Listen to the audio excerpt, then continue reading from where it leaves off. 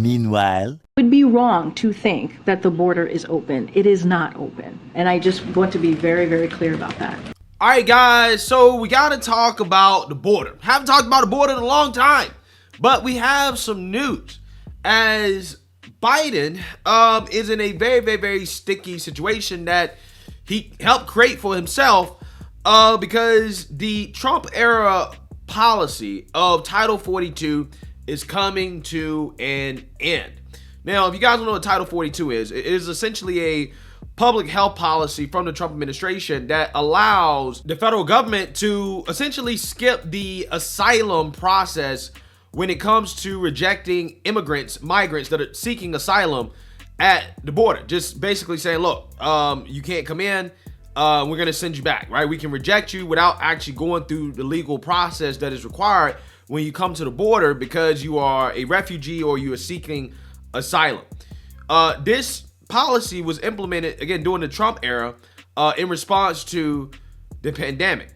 Now, this is a big, big, big deal because this policy has been very effective for rejecting illegal immigrants at the border. I mean, it's been used over 2.5 million times. So I think it's safe to say that it is an effective deterrent, okay? And without this deterrent in place, there's going to be a surge, a massive surge of migrants now attempting to come back into the United States after being rejected under Title 42, which is going to cause a serious problem at the border. I mean, it is basically an invasion. Now, the funny part about this is that the Biden administration got themselves into this because Biden's Justice Department effectively pushed to end Title 42 because, you know, Democrats are for open borders. But at the same time, right, they actually appealed a judge's ruling challenging the legality of the expulsion policy, basically saying that, well, we want it to end, but we also kind of want to keep it because we like the fact that we can use this during public health emergencies, aka we like the fact that we could use this in case there's a pandemic.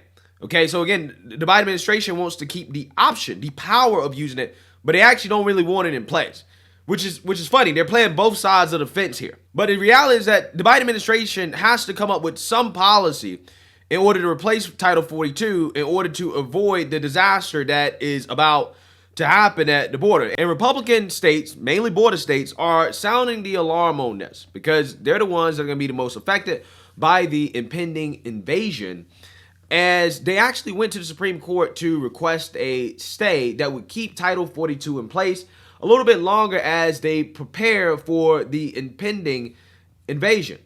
Now, this stay was granted by Justice Roberts of the Supreme Court that extended Title 42 for like maybe what, another 24 hours or something like that. Okay, like another day, which is not a lot of time, but hey, it's better than nothing. Meanwhile, the Biden administration is, again, trying to figure out what to do about this. As we know that they love having the border open, but they are requesting more funding. Okay, they're requesting more funding for the border. However, Republican politicians in Congress are reluctant to grant this extra funding. It's like $2 or $3 billion that Biden wants to allocate towards the border. And the reason why Republicans are skeptical of this funding is because, like all these big multi-billion-dollar spending bills, we really don't know where the money is going. Okay, we don't know how the money is going to be used. And what happens is that we end up spending all this money and we still have the border crisis. And then the Biden administration is just going to request more money. And we're going to have this never-ending cycle without actually fixing the problem. So, again, the Biden administration is in a pickle here, okay? As they got to figure out what to do or risk, again, the border being over-flooded, which it already is, but even more so than ever. Now, of course, the Affirmative Action Press Secretary, Karine Jean-Pierre, when asked about this dilemma that the Biden administration's in, she had a train wreck of an answer, specifically when it comes to what Kamala Harris has done in order to help with the border crisis. The president tasked the vice president with studying and working on the root causes of some of these issues. I'm wondering if there's any update from this side of the White House on what she's been doing and what she will continue to do as we're expecting an influx at the border after Wednesday. As you know, the president appreciates the partnership that he has with the vice president. You're right, that has been her charge to work in a diplomatic way in finding the root causes of migration. I don't have anything to lay out specifically on what that work looks like, but again, we appreciate her partnership, and I would probably refer you to her office on anything specific on the work that she's doing. Yeah, so according to Karine Jean-Pierre, the border czar, Kamala Harris, hasn't done anything. Zip, nada, nothing, right? I can't point you to anything specific she has done to help out with the crisis. Yeah, great answer.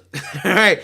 Karine Jean-Pierre was also pressed on the possibility of the Biden administration extending Title 42.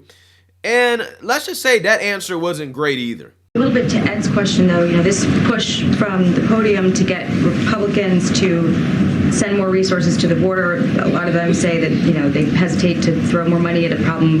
The Homeland Security Secretary saying that the border is secure, and some of the people who'd have to vote on that bill also don't have a lot of details on, what's in it and where that money goes.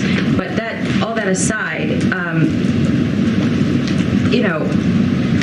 if you're saying that Republicans aren't doing the work to get this done, and then you have someone like Joe Manchin saying, well, the president has the ability to ask for an extension. He should be asking for an extension because we're at this point where you've got a deadline and a crisis. Is that within the president's authority to do that?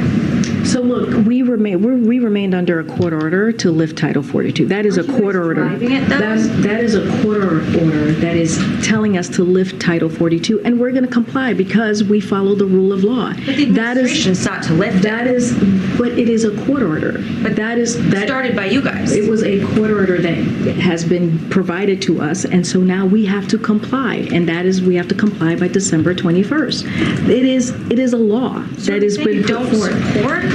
What I'm saying is that it is a court order that has been presented to us that we are going to comply with. So you've asked a couple of questions, and I'm going to answer them if you give me a second. So in the funding request, the $3.5 billion, I've already listed them out. Happy to do them again. We want to scale up air and ground transportation capabilities to move migrants to processing to less crowded border patrol sectors and quickly remove them if they don't have a legal basis to remain. Set up an additional CBP holding facilities and speed up the processing time so individuals can have their asylum claims heard faster. Hire more than 300 additional agents to join our force of 23,000 agents working to secure the border. 23,000, that is historic. We've not seen that before. Yeah, so here's the thing about extending Title 42, because the Affirmative Action Press Secretary is referring to a ruling last month by U.S. District Court Judge Emmett Sullivan that declared the government's use of Title 42 to expel migrants to be illegal and required its immediate end. Now, the Justice Department and immigrants' rights groups later agreed to delay the end of Title 42 for 5 weeks to allow the implementation of new standards that the Biden administration has not yet come up with. Now, again, in that news clip, what that reporter was referring to was asking Karine Jean-Pierre about, because there's confusion. The Biden administration fought to end Title 42. They fought to end Title 42. And now they're saying that, hey, all you people that are mad about it ending, don't get mad at me. We're just following court orders, right? We're just following court orders, as if they didn't fight to end Title 42 and was a part of the process when it comes to the court orders. Again, it's just funny how that works. But what we've seen from the Biden administration in the past, guys, is that they have no issues breaking the law or not following court orders when it comes to certain issues that they care about. Like, for example, when it comes to student loan debt. The Biden administration went out of their way to try to unconstitutionally forgive student loan debt, knowing that it would get rejected in courts. They did it as a political stunt. You remember how they extended the eviction moratorium, despite the fact that the Supreme Court said, no, it has to come to an end, that it is unconstitutional. They was like, no, we don't care. We're going to extend it anyways. Yeah, so we've seen the Biden administration fight for things that they believe in and that they care about. But when it comes to the border, oh, nope, the court said it, right? So we got to do it. Don't look at us. Don't blame us. It's not our fault, even though we don't have the new standards, okay? We don't have a replacement for Title 42 or anything like that. Don't look at us. Don't blame us. It's actually really the Republicans' fault because they don't want to spend billions of dollars that we really don't know where it's going, right, or what it's actually going to do. We don't want to do that. Don't blame us, okay? We don't want to actually fight to try to at least have some semblance of a border. Again, I just want you guys to understand. I'm not saying that Biden should go against the court orders. I'm just saying that we've seen in the past when it comes to certain issues that the Biden administration cares about, they don't care about the Supreme Court. They don't care about the judicial system. They don't care about the rule of law. They just do it anyways. Again, like, for example, the vaccine mandate, right? They didn't care about what the judge said when judges denied portions of the vaccine mandate. They was like, you know what? We're going to push for it anyways, right? We're not going to end it. Again, why when it comes to this, all of a sudden you want to follow court orders? Again, I'm not saying they shouldn't, but it's just funny to me how that works. It's just funny to me how on certain issues they're willing to fight, but on certain issues they're not. And then they don't want to take any blame. They don't want to accept any responsibility for the fact that they contributed to the ending of this policy.